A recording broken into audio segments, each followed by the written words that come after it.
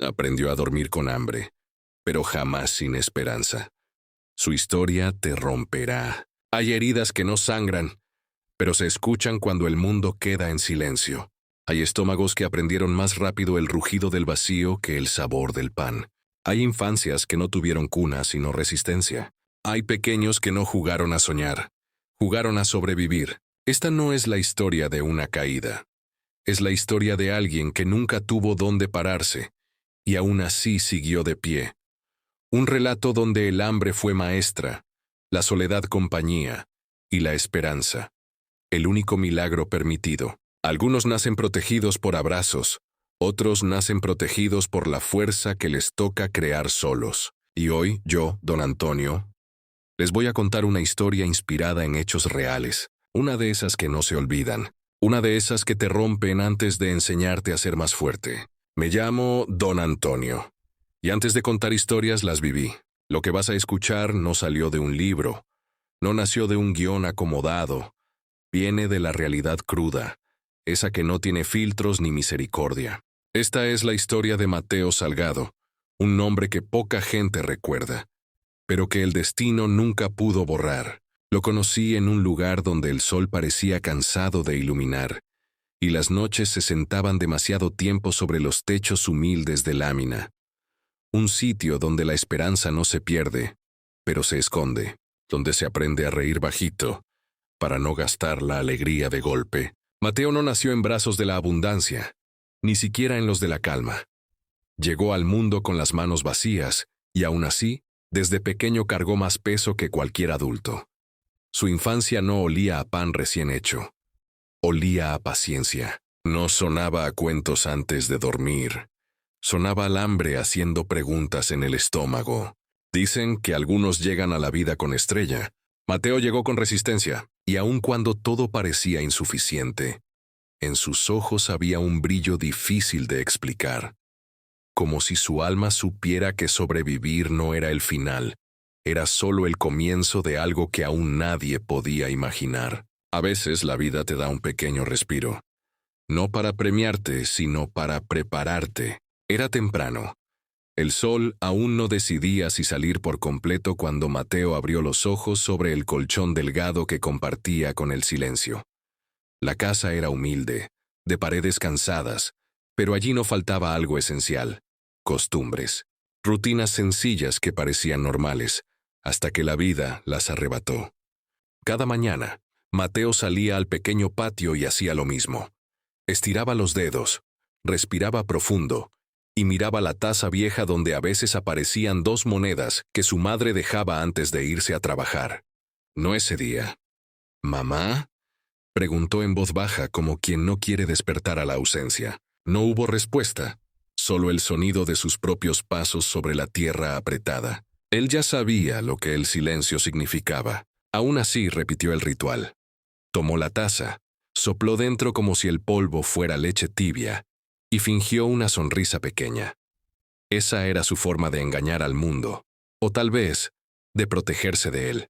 Del otro lado del patio, una vecina lo observaba desde la ventana. No hablaba mucho, pero sus ojos decían más que cualquier palabra. Ese día se atrevió. «Mateo, ¿ya desayunaste, pequeño?». Él levantó la mirada. Sonrió sin enseñar los dientes, como quien sonríe por educación y no por alegría. «Sí, doña Clara, hoy tocó mi favorito», dijo mientras sostenía la taza vacía. La mujer tragó duro.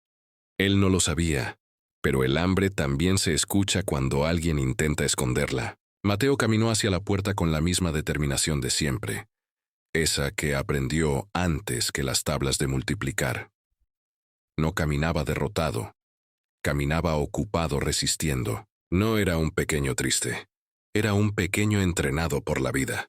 Y la vida, cuando te entrena, no te avisa cuando empiezan las lecciones difíciles.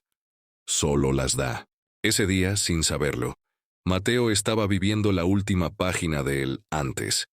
El después venía caminando, y no traía compasión. Hay días que no cambian la vida, la parten. Esa tarde el cielo tenía un gris raro, un gris que no anuncia lluvia, anuncia verdades. Mateo regresó antes de lo habitual, no por gusto, sino por presentimiento. A veces el corazón escucha más rápido que los oídos. Empujó la puerta de madera, esa que siempre sonaba igual, pero ese día crujió distinto, como si protestara. Adentro, el aire estaba pesado. No olía a hogar, olía a final. Junto a la mesa su madre guardaba cosas en una bolsa. Ropa, papeles, algunas monedas, recuerdos apretados como si dolieran al tocarlos. No levantó la mirada. Ya sabía que él estaba ahí, pero a veces la culpa necesita silencio para acomodarse. ¿Nos vamos a algún lado?, preguntó Mateo, con esa voz que intenta sonar firme aunque se rompa por dentro. Ella no respondió. Él dio un paso, luego otro. «Mamá, ¿pasó algo malo?».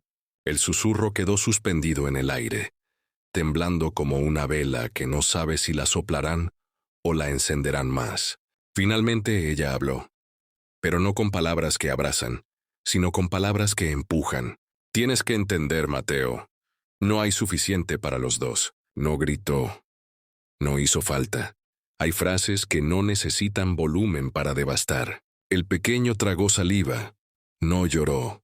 En esa casa, el llanto nunca se permitió ser protagonista. «Yo no ocupo mucho», dijo casi sin voz. «Yo puedo no comer, puedo ayudar, puedo...».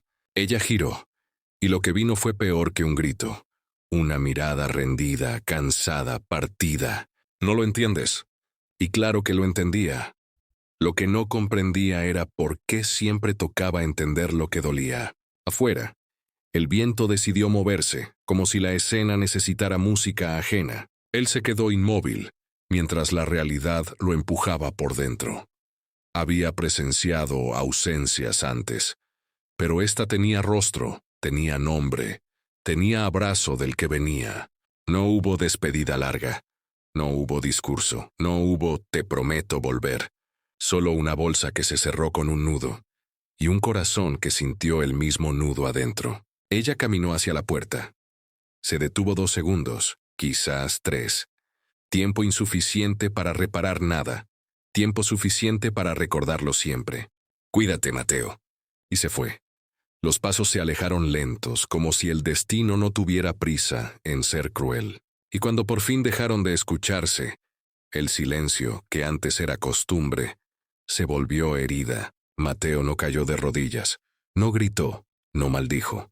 Solo hizo lo que los golpeados por la vida hacen para sobrevivir.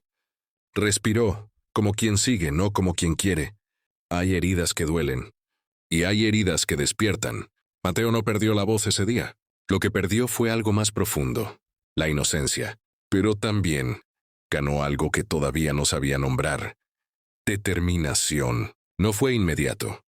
Los cambios que importan no entran haciendo ruido, entran caminando descalzos dentro de uno. Esa noche no hubo llanto, hubo silencio. Pero el silencio no era resignación, era transformación. Se miró al espejo roto que colgaba en la pared.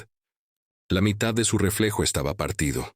La otra mitad lo observaba fijo, muy fijo, como si le preguntara: ¿te vas a quedar aquí o vas a convertir esto en historia? Y por primera vez, no sintió lástima por sí mismo. Sintió fuego.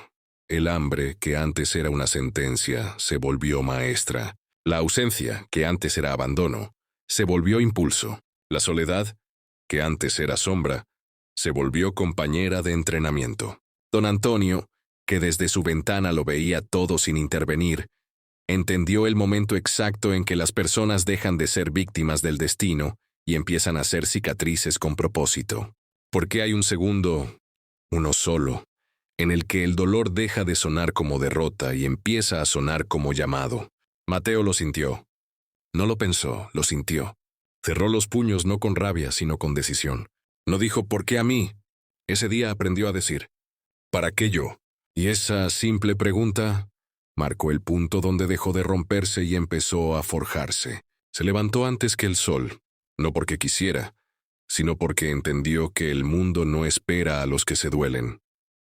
Responde a los que se mueven. No pidió una señal del cielo. Decidió convertirse en una. Y mientras la ciudad dormía, él despertó distinto. No había aplausos, no había testigos, no había milagros visibles. Solo un niño que dejó de ver el piso y empezó a mirar el horizonte con una nueva mezcla en los ojos. Dolor sí, pero también un hambre nueva, hambre de destino. Ese fue el día que no lo quebró, lo confirmó. Los árboles más altos no crecieron en tierras tranquilas. Crecieron donde el viento les exigió ser fuertes. Y Mateo empezó a crecer exactamente ahí, donde nadie apostó por él. No fue un milagro repentino, fue una suma de madrugadas, decisiones pequeñas y silenciosas, y una fe que no sabía explicar, pero que lo empujaba a seguir cuando el cuerpo ya no quería. Dejó de esperar puertas, y empezó a ser él quien las tocaba. Dejó de contar carencias, y empezó a contar oportunidades, aunque fueran mínimas. Dejó de hablarle al vacío, y empezó a hablarse a sí mismo, como quien construye a alguien nuevo desde las ruinas. Aprendió a lavar su ropa y también su espíritu, a limpiar pisos y a limpiar excusas, a agradecer por el pan, aunque fuera poco, porque entendió que lo poco también es semilla. Hubo días sin avances, claro, pero ya no había días sin intento.